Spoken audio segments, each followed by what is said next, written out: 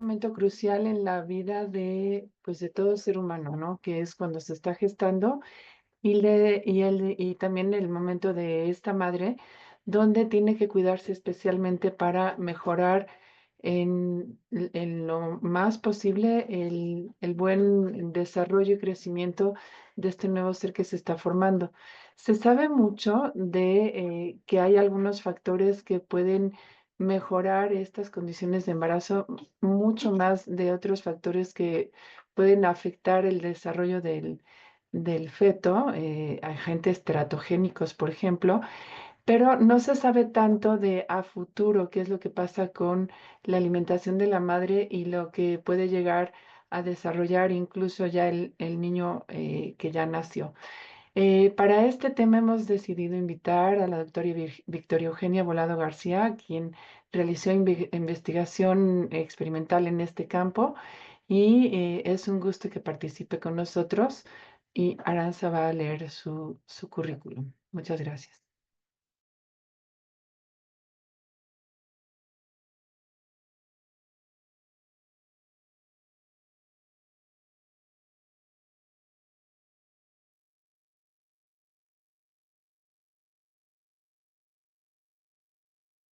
Muy buenos días a todos. El día de hoy nos acompaña la doctora Victoria Eugenia Volado García, quien realizó la licenciatura en nutrición en la Universidad Veracruzana, realizó el doctorado en ciencias médicas, odontológicas y de la salud en la Universidad de San Pablo de Madrid. Es educadora en diabetes por la Universidad Cristóbal Colón. Cuenta con 26 artículos, 24 capítulos de libro y 2 libros. Es miembro del Sistema Nacional de Investigadores Nivel 1 y actualmente es investigadora de tiempo completo en el Laboratorio de Investigación Genómica y Fisiológica de la Facultad de Nutrición en la Universidad Veracruzana. Le cedo la palabra, doctora.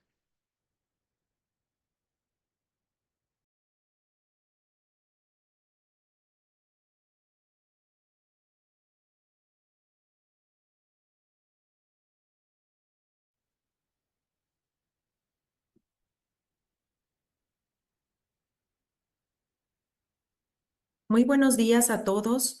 Agradezco muchísimo a la doctora Pilar Milke por la invitación a compartir esta charla titulada Factores de riesgo y prevención en la gestación.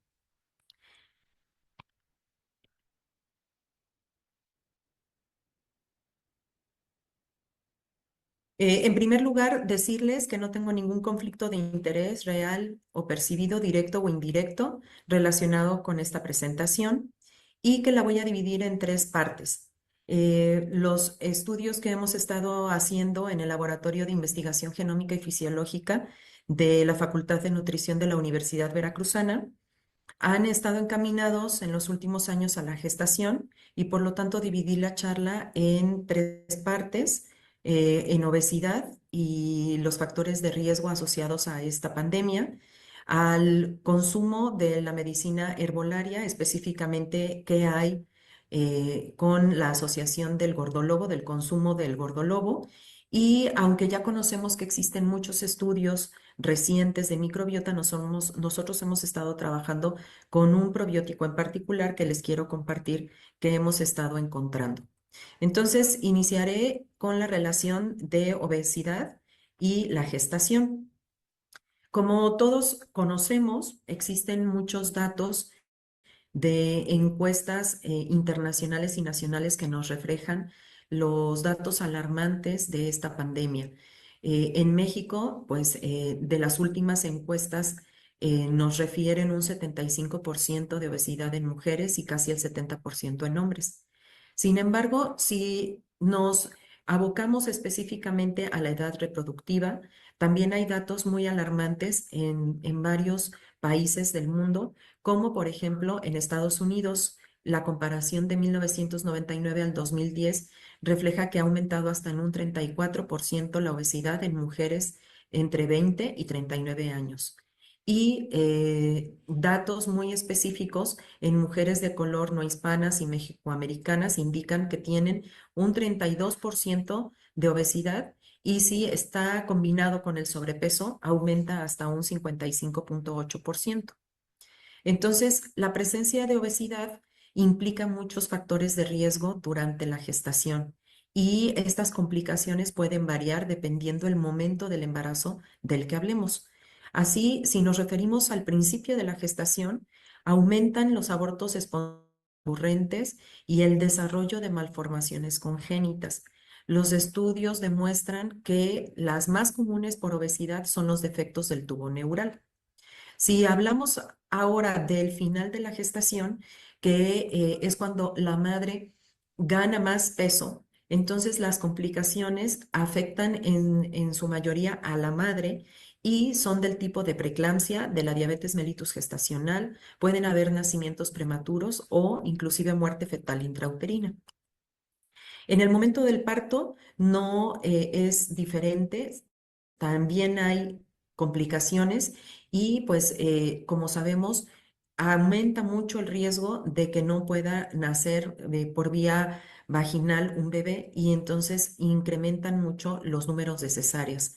O también hay complicaciones anestésicas, pérdida excesiva de sangre, endometritis postparto o inclusive tromboflebitis postparto en la madre.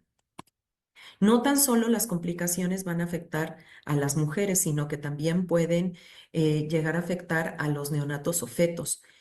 Una de las más comunes es el desarrollo de macrosomía.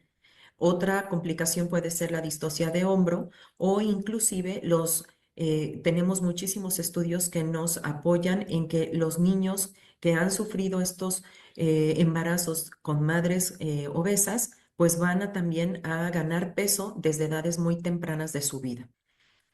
Es por ello que es muy importante hacer la diferencia del peso que una mujer gana durante su vida y que ya tiene obesidad a la hora de su primer embarazo o el peso que una mujer va ganando durante las 38 a 42 semanas de gestación.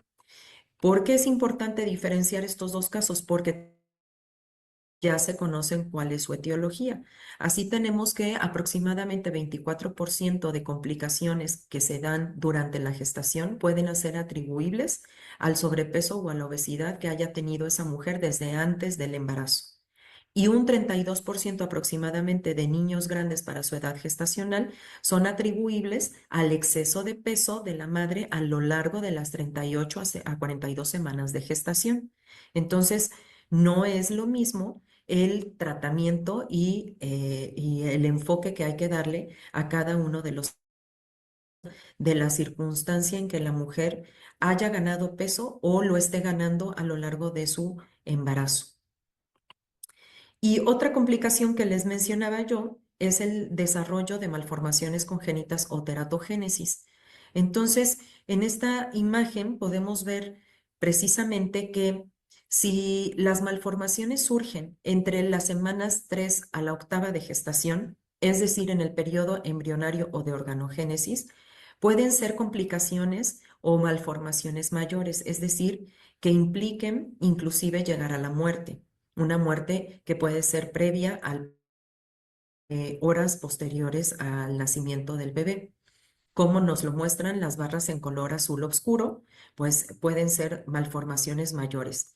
No quiere decir con esto que el resto del embarazo no esté presente el riesgo de las mismas malformaciones. Sí puede estar una malformación gestándose, sin embargo, estas en general son malformaciones compatibles con la vida debido a que los órganos ya se formaron y solamente van a aumentar de tamaño y a lograr su funcionalización para el momento del parto. Bueno, entonces, las malformaciones y a la diabetes mellitus gestacional son las complicaciones cardíacas. Dependiendo la población que se estudie, vamos a encontrar diferentes prevalencias de estas malformaciones congénitas. Pues un punto importante de prevención ha sido la mejor alimentación materna desde el primer trimestre del embarazo. Así, alimentos ricos en folatos, alimentos fortificados, y la suplementación del ácido fólico en el periodo periconcepcional han logrado disminuir la incidencia de los efectos del tubo neural hasta en un 70% en nuestro país. Por lo tanto, estas son prácticas muy importantes que no debemos de abandonar y que debemos de tener presente en todas las mujeres previo a que se embaracen, ¿no? Entonces, después de este recorrido, podemos decir que por tratarse de el periodo de organogénesis en el que se forman todos los órganos, válgase la redundancia, una de las complicaciones más asociadas a la obesidad son las malformaciones congénitas. En cambio, si nos referimos ya al periodo fetal o las últimas semanas del embarazo, ahí ya estaríamos hablando de complicaciones asociadas al incremento del peso de la madre como la diabetes mellitus gestacional o la preeclampsia. ¿Cuáles son los posibles mecanismos ya descritos a los que este desarrollo de malformaciones congénitas? Existen tres posibles mecanismos: las alteraciones metabólicas, el estrés oxidativo y la inflamación. Brevemente les comentaré acerca de los tres. ¿Qué pasa entonces con las alteraciones metabólicas durante el embarazo? Primero hay que tomar en cuenta y recordar que en todos los embarazos existe una necesidad fisiológica por aumentar las reservas nutricionales para poder, eh, poder permitir el crecimiento del nuevo o los nuevos seres que se van a estar gestando. ¿Cuáles van a ser estos sustratos energéticos que van a permitir que se dé una gestación normal? Fisiológicamente hablando, pues el colesterol, los triglicéridos, los ácidos grasos, que hacia el final del embarazo podrán ocasionar una resistencia a la insulina para de manera normal poder llevar esta situación en donde hay que conseguir alimento para los nuevos seres que se estén formando.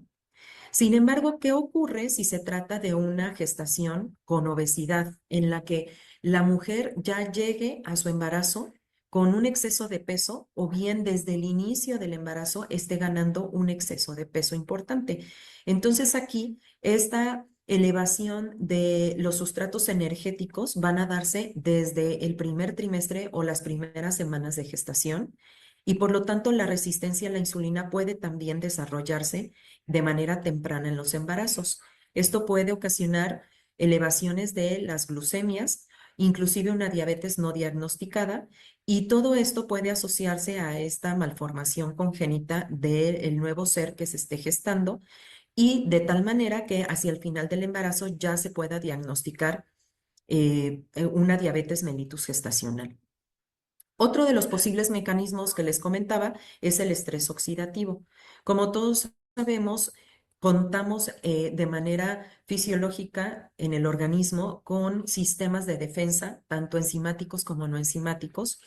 Uno de los no enzimáticos más potentes es la vitamina A, otro la vitamina C, la vitamina E también.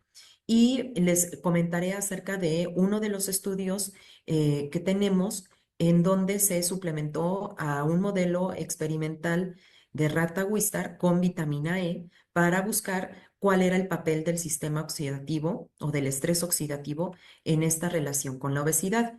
Sin embargo, antes, permítanme mostrarles qué sucede en un embarazo con obesidad y su asociación con el estrés oxidativo. El estrés oxidativo en estas mujeres que desarrollen obesidad previa o durante el embarazo ya va a estar incrementado desde momentos importantes de la gestación, y va a reflejarse tanto en parámetros bioquímicos como, por ejemplo, también a través de la placenta. La placenta es capaz de aumentar la producción de radicales libres, de peróxidos de lípidos, y se han encontrado ya enzimas oxidantes elevadas como la superóxido dismutasa y la catalasa. Entonces, esto ya es un hecho, pero esta elevación de radicales libres también puede ocasionar malformaciones congénitas, ocasionando daño en nuestras moléculas principales, como por ejemplo en el caso de las proteínas, se puede incrementar la producción de productos avanzados de la oxidación de ellas. En el caso del ADN o material genético, puede haber una estimulación en la 8-hidroxidesoxiguanosina, que tiene que ver también en algunos procesos del desarrollo de la teratogénesis. Y en el caso de los lípidos, se puede incrementar la producción una característica muy importante que es la de ser clastogénicos. Entonces, también intervienen en la partición del material genético de manera normal y por eso pueden asociarse a esta teratogénesis. Y por último, el otro posible mecanismo es la inflamación.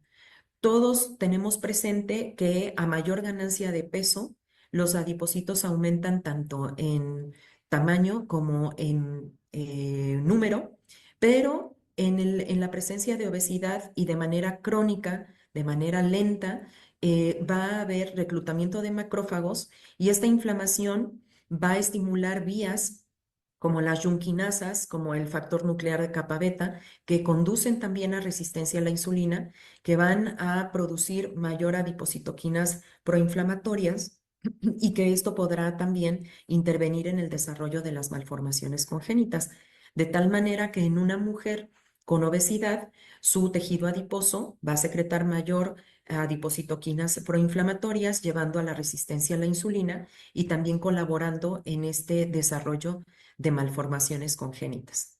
Es así como hace varios años quisimos estudiar la implicación del estrés oxidativo y la inflamación en la teratogénesis asociada a la obesidad.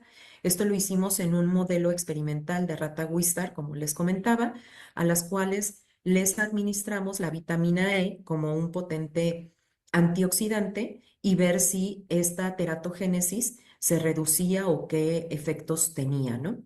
Como pueden ver primero en el panel E de la imagen, ahí tenemos el porcentaje de malformaciones que encontramos en nuestros grupos de animales. La primera columna es el grupo control, la segunda columna es el grupo de ratas con obesidad. La obesidad fue inducida por una dieta de cafetería y vean cómo los embriones de estos animales tuvieron más del 20% de malformaciones congénitas versus el grupo al cual se le suplementó con vitamina E. Entonces, esto nos hizo demostrar que esta vitamina como potente antioxidante logró revertir o disminuir en buen porcentaje esas malformaciones congénitas. En la parte superior de la imagen, en el panel C, tenemos un embrión a día 10 y medio de gestación, que es cuando termina el periodo de organogénesis en una rata Wistar, y vean cómo su morfología es completamente normal versus los embriones del panel D, los cuales presentan severas malformaciones, una clara apertura del tubo neural, el tercer embrión está sumamente mal formado o con ausencia de las esferas cerebrales. Todo esto a causa de la obesidad inducida. Pues nos hizo concluir que la obesidad pregestacional en la rata no había duda de que fuera teratogénesis. La administración de la vitamina E tuvo un efecto preventivo, ya que logró disminuir el porcentaje de malformaciones asociadas a la obesidad. Y en este estudio no hubo alteraciones inflamatorias, seguramente por el tiempo que administramos la dieta de cafetería para inducir la obesidad. Bueno, entonces, continuando con la charla, ahora les platicaré qué tenemos de estudios en la gestación asociados al consumo de plantas medicinales o tradicionales, en específico el gordolobo.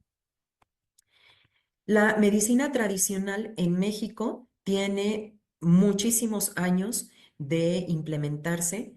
En México se calculan que tenemos aproximadamente 4.500 especies de plantas y que aproximadamente son usadas por un 90% de la población. 85% de los profesionales de la salud en promedio conocen de la medicina herbolaria y 75% inclusive recomiendan su uso. Sin embargo, es importante resaltar que muchas plantas, la mayoría de ellas, tienen metabolitos secundarios y estos metabolitos secundarios hay muchos estudios que demuestran que tienen propiedades citotóxicas o mutagénicas que pueden estar desarrollo de las malformaciones congénitas. Entonces, tenemos que tomar con cautela el consumo de las plantas o de las medicinas tradicionales durante la gestación. Por ello, hace varios años también nos planteamos un inicio de una línea de investigación que abordara esta relación entre el consumo de las plantas durante el embarazo. Primero, encuestamos a varias mujeres del municipio de Jalapa, Veracruz, y les preguntamos si durante alguno de sus embarazos consumían plantas medicinales. Más de la mitad de las mujeres refirieron sí haber consumido plantas medicinales en forma de infusión o de tés. ¿Qué plantas fueron las más prevalentes en esta encuesta aplicada? La ruda, el gordolobo, la hierbabuena y la manzanilla, entre otras más. Entonces, así surgió la idea de empezar el estudio con el gordolobo, debido a que investigamos qué propiedades tenía y primero encontramos que tenía varias de prevención, como por ejemplo contra la Trichomonas vaginalis, pues tiene una buena actividad inhibitoria, también en efectos gastrointestinales como la diarrea causados por la cólera. Extractos de planta también reflejaron actividad inhibitoria en la malaria o efectos calmantes y analgésicos debido probablemente al contenido de alcaloides de esta planta. El gordolobo se conoce como Boconia frutensis L, y entonces empezamos a investigar y resulta que tiene alcaloides, y estos alcaloides parecía que podían ser una de las causas para el desarrollo de malformaciones congénitas. Entonces, en colaboración con otros laboratorios de la Universidad Veracruzana, nos planteamos evaluar el efecto teratogénico y neurológico del gordolobo en un modelo experimental también de rata Wistar. Estos son los resultados que hemos obtenido de este estudio. Lo dividimos en dos fases, y en esta primera fase, como pueden ver en el primer panel de la figura, está reportado el número de sitios de implantación que son similares entre el grupo control y el grupo experimental, pero las otras tres variables de la figura, el número de reabsorciones, el número de fetos y las malformaciones, sí resultaron estadísticamente significativas entre nuestros dos controles. Si vemos el último panel de la figura, verán que las malformaciones congénitas estuvieron muy por arriba en los embriones de las ratas que fueron suplementadas con el gordolobo versus el grupo control. Entonces, hasta aquí no hubo duda de que esta planta resulta teratogénica si se consume durante el periodo de organogénesis en un modelo experimental. ¿Qué tipo de malformaciones congénitas evaluamos? Evaluamos tanto internas como externas, de osificación también, pero la más prevalente fue la hernia umbilical y el retardo en el crecimiento intrauterino de estos embriones en el grupo de ratas que recibieron la suplementación con el gordonovo, como lo podemos ver en la primera figura del lado izquierdo de la diapositiva. ¿Y cuál fue la fase 2 del estudio? Evaluar qué pasaba con el desarrollo neurológico de los embriones de estas ratas. Entonces, el primer resultado que les muestro es que el consumo del gordolobo en estos animales afecta desde el número de crías por camada, siendo que las ratas que fueron suplementadas con el gordolobo, pues nacen con un menor número de crías.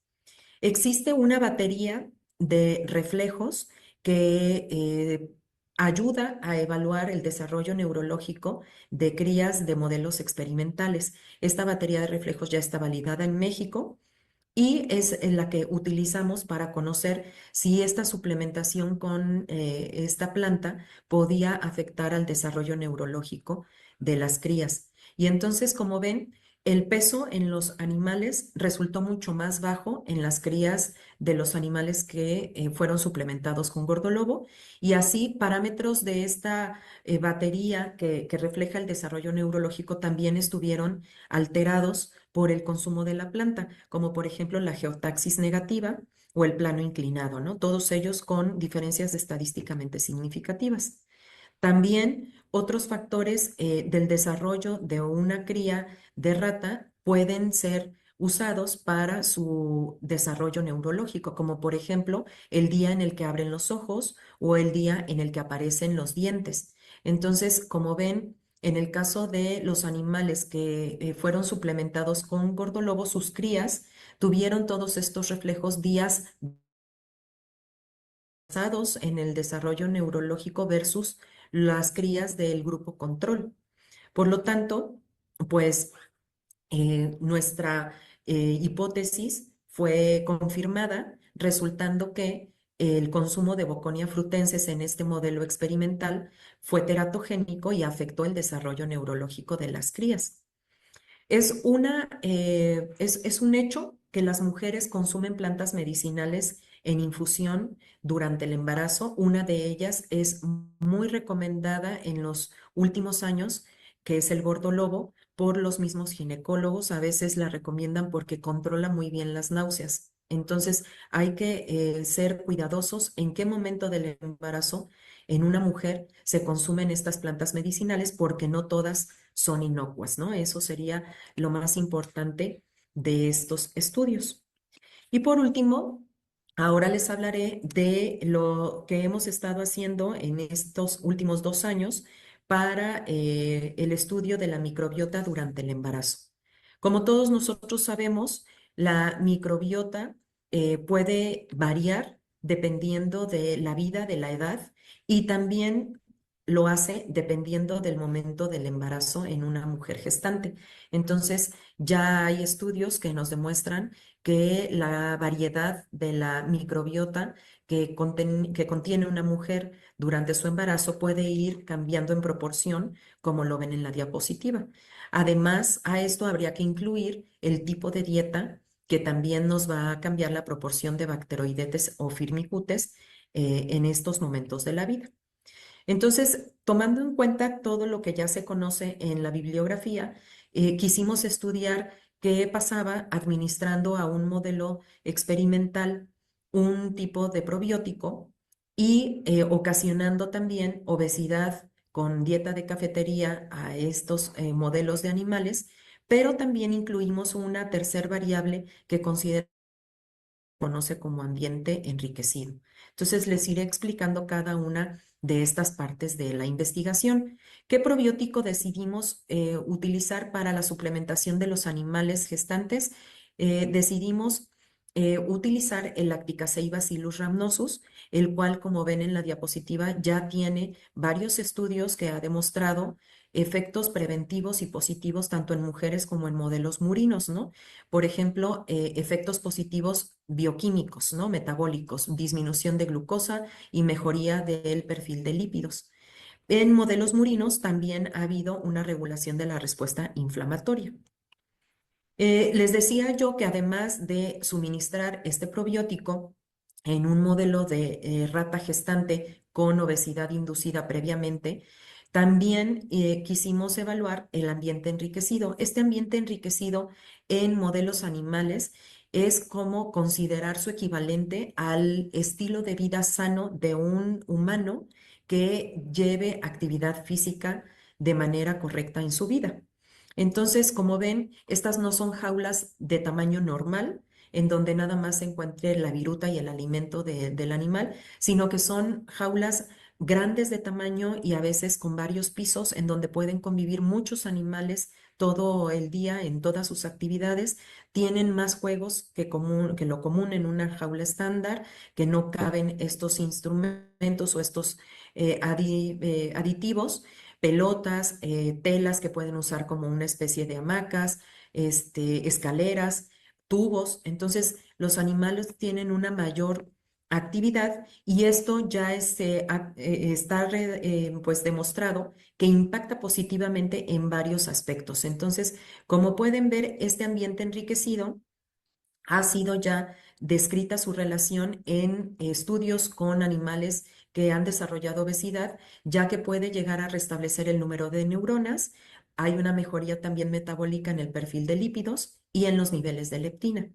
Su asociación con la gestación también ha sido positiva en varios estudios, por ejemplo, previniendo el daño celular y atenuando el daño morfológico o deterioros conductuales, porque se ha visto una mejoría cognitiva importante. Y su asociación con la microbiota, pues ha habido un aumento en la riqueza bacteriana a nivel de filo y un aumento del orden de lactobacilales. Entonces, con estos antecedentes fue que nos planteamos el hacer este estudio en el cual suplementáramos con lacticacea y Bacillus rhamnosus a los animales, ratas Wistar, a las que les indujimos previamente la obesidad con dieta de cafetería, y qué pasaba con una jaula estándar y unas jaulas en las que estuvieran en un ambiente enriquecido, como les platicaba.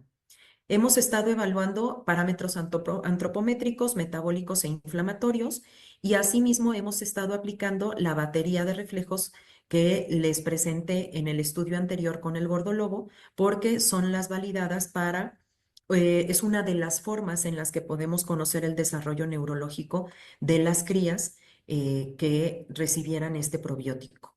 Estos son los parámetros en general que se están evaluando en el estudio: parámetros antropométricos, bioquímicos, batería de reflejos para el estudio neurológico, las heces fecales para conocer la concentración del probiótico, si se está absorbiendo correctamente después del tiempo de administración, y también hemos estado extrayendo tejidos como los tejidos adiposos, hígado y páncreas para ver si hay algún cambio histológico en ellos después de las semanas del estudio. Hasta ahorita llevamos la mitad de animales, por eso me atrevo a presentarles únicamente resultados preliminares. Como verán, ya hubo una diferencia significativa a través del tiempo en el peso de los dos grupos de animales que tenemos. Tenemos varios grupos, pero me estoy refiriendo a los controles y a todos los grupos de animales a los que les indujimos la obesidad. Y también hemos encontrado diferencias estadísticamente significativas en parámetros bioquímicos como en la glucosa y los triglicéridos. En las transaminasas no ha habido diferencias hasta el momento, pero lo que quiero resaltar son las diferencias que hemos encontrado hasta ahorita en las histologías hepáticas. Aquí tienen nuestros 6 grupos experimentales en total. El control en una jaula estándar, el grupo control en una jaula estándar pero con probiótico, y tenemos 4 grupos de ratas a las que indujimos la obesidad: obesas en una jaula estándar, obesas en una jaula estándar con probiótico, obesas en un ambiente enriquecido, y las obesas en ambiente enriquecido pero también suministrándoles el probiótico, el Lacticacea y Bacillus rhamnosus, ¿no? Entonces vean cómo hemos encontrado ya alteraciones hepáticas en las histologías de los 4 grupos con obesidad. En el grupo de ratas obesas en jaulas estándar han habido escasos focos inflamatorios en la periferia sin necrosis, ¿no? En el grupo de ratas obesas estándar con probiótico ha habido severa degeneración hepatocelular, pero sin criterios de inflamación ni necrosis. Y en el grupo de obesas en ambiente enriquecido ha habido una degeneración vacuolar periférica con presencia de linfocitos y ausencia de necrosis. Aquí lo interesante es que en el último grupo del experimento, con probiótico y en ambiente enriquecido, esto se ha revertido. Entonces, parece ser que hay cosas interesantes después de la suplementación de Lacticacea y Bacillus rhamnosus. Con esto que les cuento, pues hemos llegado a la conclusión de que no hay duda de la importancia de la relación de la microbiota en la gestación. La obesidad y la diabetes mellitus gestacional son factores de riesgo para que se desarrolle la disbiosis, y pues necesitamos concluir con la N de nuestro estudio para confirmar el papel de este probiótico y del ambiente enriquecido en la gestación con obesidad. Y pues serían interesantes los resultados que más adelante vamos a obtener ya en su totalidad. Entonces, como les comenté al inicio, estos son los estudios que tenemos hasta el momento que comparten la gestación con obesidad, con el consumo de plantas tradicionales como el gordo lobo y del Lacticacea y Bacillus rhamnosus en nuestro laboratorio. Les agradezco muchísimo su atención y les envío un saludo. Muchas gracias.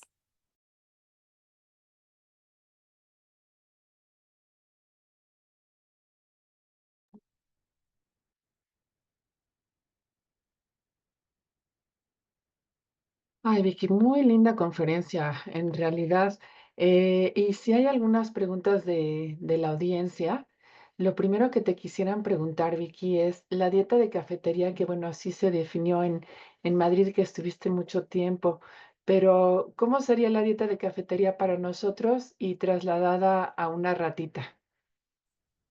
Sí, muchísimas gracias, Pili, y gracias por la pregunta. En efecto, por el tiempo de la charla, no alcanza para platicarles.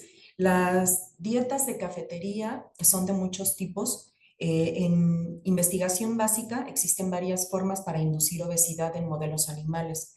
Hay grupos de investigación que utilizan, por ejemplo, agua con sacarosa en diferentes concentraciones. Hay otros grupos de investigación que utilizan el pellet ya creado en un laboratorio con concentraciones muy elevadas de colesterol o con concentraciones muy elevadas de hidratos de carbono simples.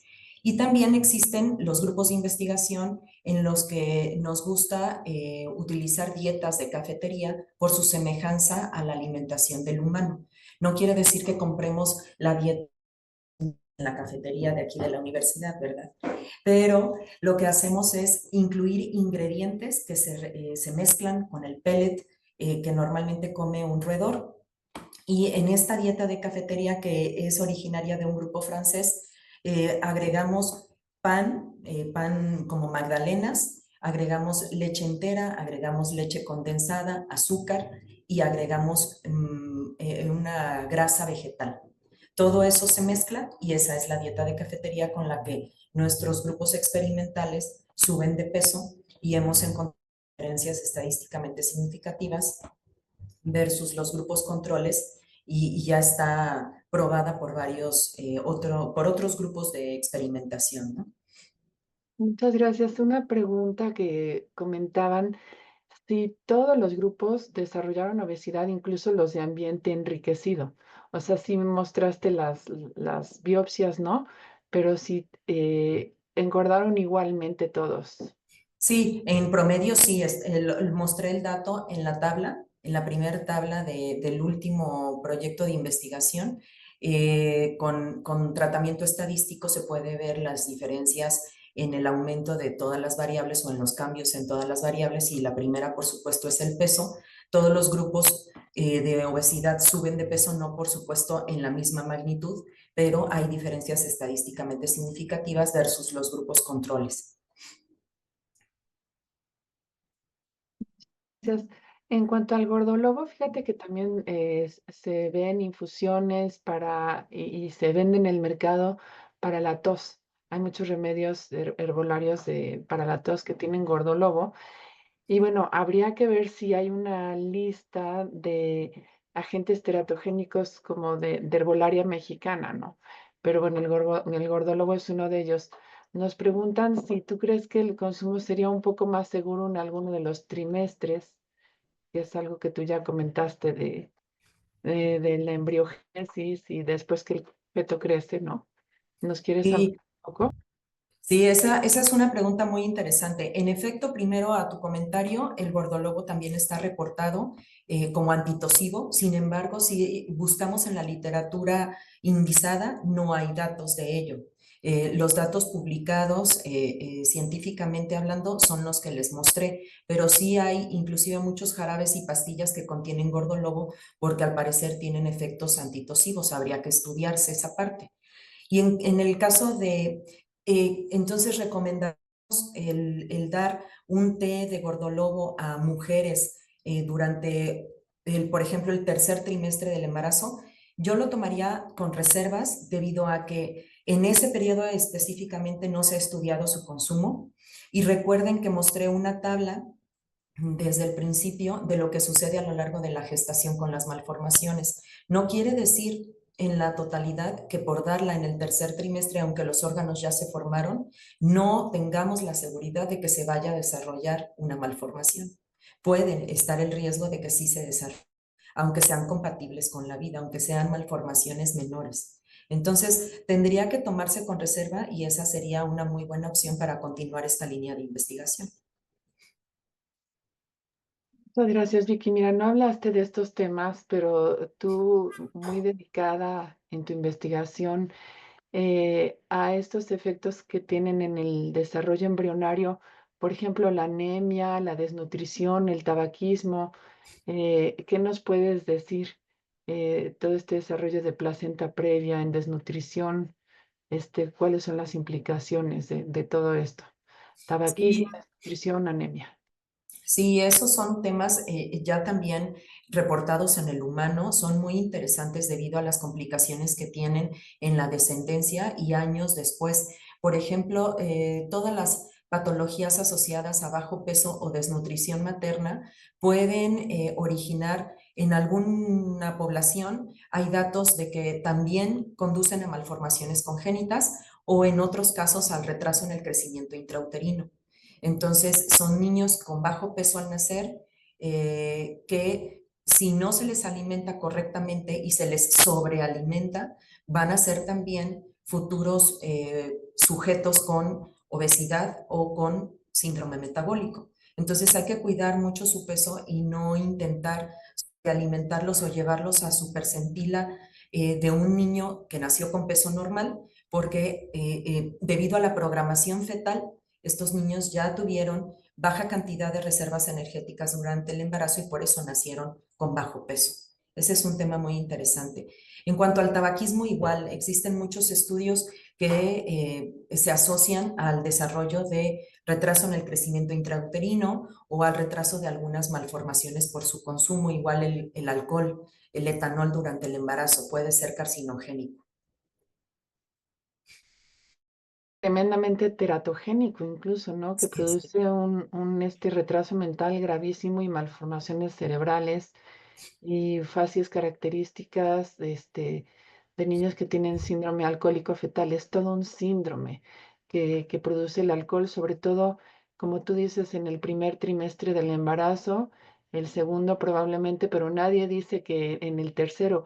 El cerebro es tan complejo que, no, que apenas se acaba de formar bien a los 9 meses.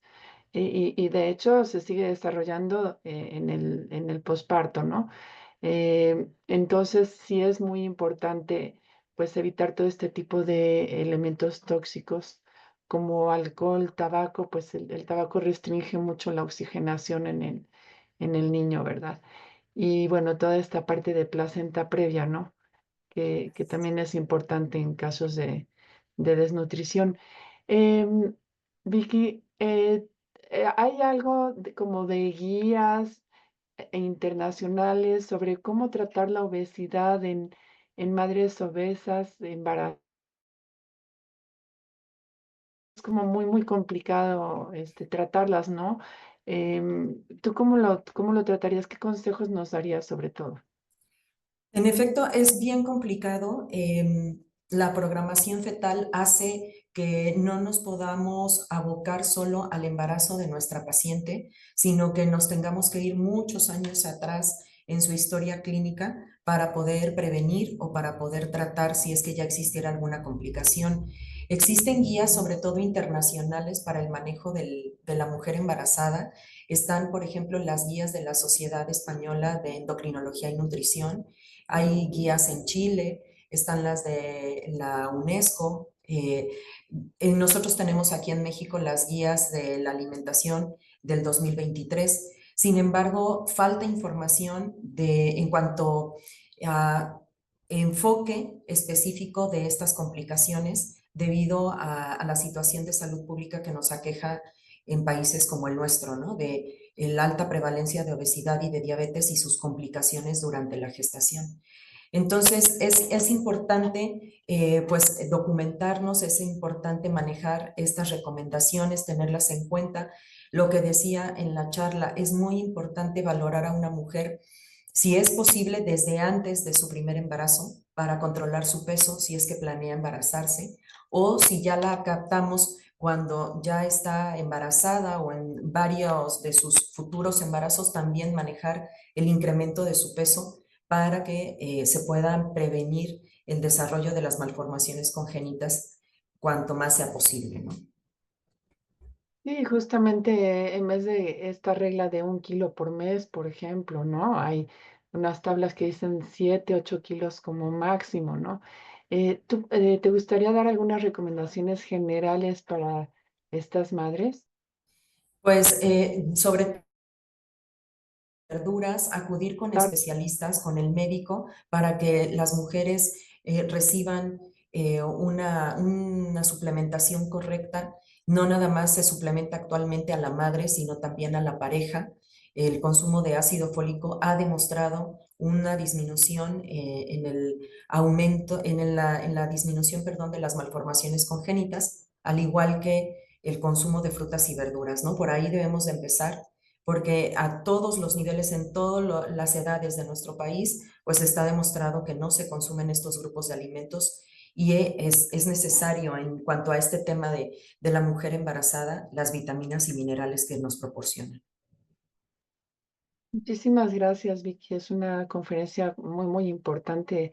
Tantos embarazos que hay en nuestro país en continuo crecimiento, ¿verdad? Y pues sí, como dices, es muy alarmante que casi el 70% de las mujeres tengamos sobrepeso, obesidad, pues esto complica mucho el panorama. Entonces sí, un buen consejo es quien quiera ser madre, tratar de reducir en algo el peso, porque una vez que estás embarazada y tienes a tu niño y todo eso, ya es mucho más difícil perder peso, pero más que nada que pones el dedo en el renglón, ¿no? Que dice justamente que hasta malformaciones congénitas puede haber incluso muerte fetal. Esto es realmente alarmante. Se presenta muy poco, ¿verdad? Pero pues sí, sí, es muy alarmante que un bebé pueda fallecer por esto, por obesidad infantil y que la mami puede fallecer después, por efectos de la preeclampsia o tener complicaciones gravísimas, ¿no? Así es. Así es, Vicky. Así es. Muchas gracias a ti, Pili. Muchas gracias Muchas, a muchas los que gracias. Sí. a los que nos saludos a Sí, todos. están muy interesados en tus trabajos. Me imagino que en PubMed se pueden encontrar bajo tu Sí, nombre, Morado García, y bueno, pues ella va a seguir produciendo allí en Veracruz. Es una persona muy, muy productiva, una investigadora muy comprometida. muchas Muchísimas gracias, gracias, Pili. Vicky, Un te abrazo. valoro tu constancia igualmente. Gracias.